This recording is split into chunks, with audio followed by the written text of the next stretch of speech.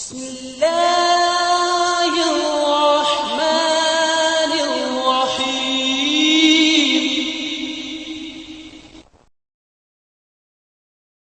السلام علیکم ورحمۃ اللہ وبرکاتہ.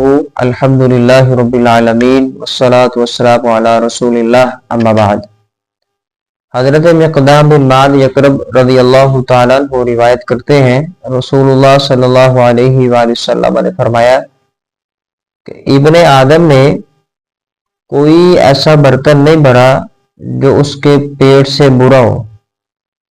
اس حدیث کو امام ترمذی رحمۃ اللہ علیہ تعالی اپنی سنن ترمذی کے اندر نقل کرتے ہیں.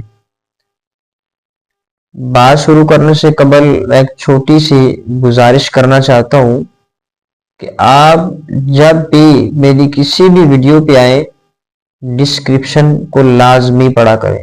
میرے بات سمجھانے میں، بات کرنے میں کمی پیشی رہ جاتی ہے، یقیناً رہتی ہے.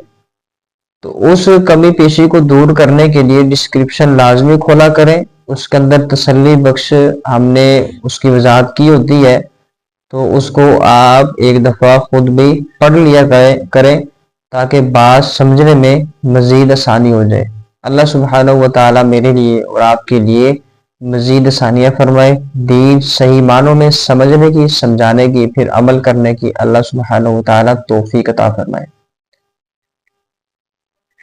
آدم علیہ السلام کی اولاد ابن آدم سے مراد آدم علیہ السلام کی اولاد ہے. نبی علیہ السلام فرماتے ہیں کہ ابن آدم نے کوئی ایسا برتن نہیں بھرا جو اس کے پیٹ سے برا ہو، یعنی کہ ضرورت سے زائد کھا لینا. ضرورت سے زائد کھانا متعدد بیماریاں اس سے لگ جاتی ہیں. جیسے مثال کے طور پر معدہ خراب ہو جاتا ہے، اور پھر آپ کو پتہ ہے جب معدہ خراب ہوتا ہے تو سارا وجود ڈسٹرب ہو جاتا ہے. نبی علیہ السلام کی سیرت کو پڑھیں تو نبی علیہ السلام کے گھر میں تین دن تک جو چولہا ہے وہ نہیں جلتا. آپ فرماتے ہیں یا اے عائشہ سلام اللہ علیہ، کیا گھر میں کھانے کے لیے کوئی چیز ہے؟ تو نبی علیہ السلام کی زوجہ محترمہ میری اور آپ کی ماں حضرت عائشہ رضی اللہ تعالیٰ نے فرمایا کرتی تھی یا رسول اللہ صلی اللہ علیہ وآلہ وسلم کھانے کے لیے کچھ نہیں. آپ علیہ السلام کہا کرتے تھے انا صائم، میں روزہ دار ہوں، میرا روزہ ہے. اور اگر آپ پھر مزید آگے جائیں تو ایک خندق کے موقع پر جب وہ صحابی رسول صلی اللہ علیہ وسلم خندق کھود رہے تھے تو صحابی نے عرض کی یا رسول اللہ صلی اللہ علیہ وسلم میں نے بھوک کی وجہ سے پیٹ پہ پتھر باندھا ہے. تو نبی علیہ السلام نے اس صحابی کو دکھایا کہ میرے صحابی تو نے ایک باندھا ہے، میں نے 2 پتھر باندھے. اور پھر آگے اگر مزید چلیں تو سیدنا ابو ہریرہ رضی اللہ تعالیٰ عنہ جو بھوک کی وجہ سے بے ہوش ہو جایا کرتے تھے، تو مشرکین مکہ کہا کرتے تھے کہ ابو ہریرہ جو ہے وہ مجنون ہے، پاگل ہے، دیوانہ ہے. تو پھر اللہ سبحانہ و تعالیٰ نے ایک ایسا وقت آیا کہ ابو ہریرہ رضی اللہ تعالیٰ عنہ کے اوپر اتنا اپنا کرم کیا، اتنی رحمت نازل فرمائی کہ ابو ہریرہ رضی اللہ تعالیٰ عنہ ریشم کا رومال استعمال کیا کرتے تھے.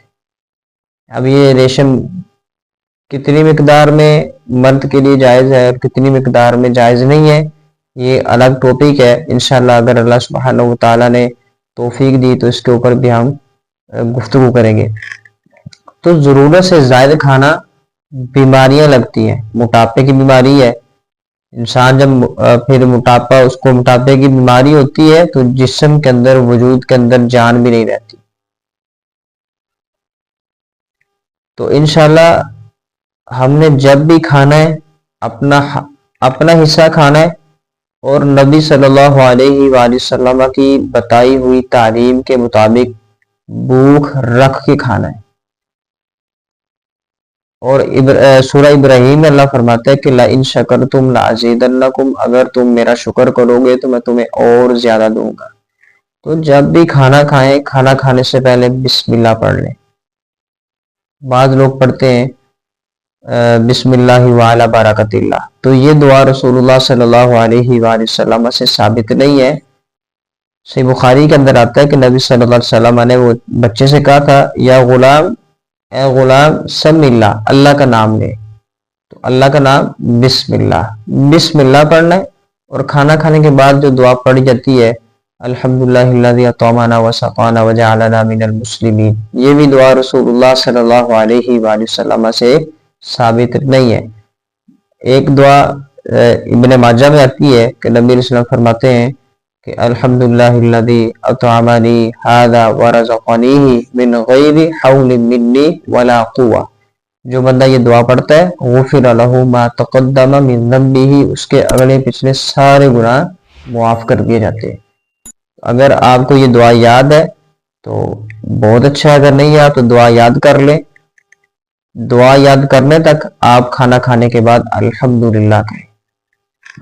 الحمدللہ، اچھا کھایا، نارمل کھایا، بہترین کھایا، الحمدللہ. ہر حال میں اللہ سبحانہ و تعالی کا شکر کریں. لئن شکرتم لازیدنکم، اگر تم میرا شکر کرو گے تو میں تمہیں اور زیادہ دوں گا. تو ضرورت سے زائد نہیں کھانا، بھوک رکھ کے کھانا کھانا ہے.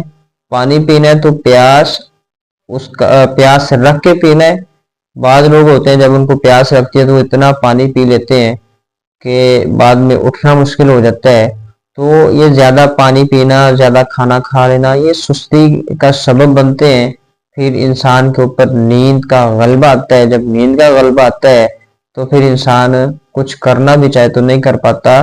حتیٰ کہ انسان اپنا کوئی ضروری کام بھی کرنا چاہے تو نہیں کر پاتا کیونکہ اس کے اوپر نیند کا غلبہ ہوتا ہے. تو مختصر بات یہی کہ پیٹ بھر کے کھانا جو ہے اس کو چھوڑیں، بھوک رکھ کے کھانا کھائیں. انشاءاللہ اللہ سبحانہ و تعالیٰ بیماریوں سے بھی محفوظ رکھے گا اور نبی صلی اللہ علیہ وآلہ وسلم کی تعلیمات کے اوپر عمل بھی ہوگا. ھذا ما کان عندی واللہ اعلم بالصواب. السلام علیکم ورحمۃ اللہ وبرکاتہ.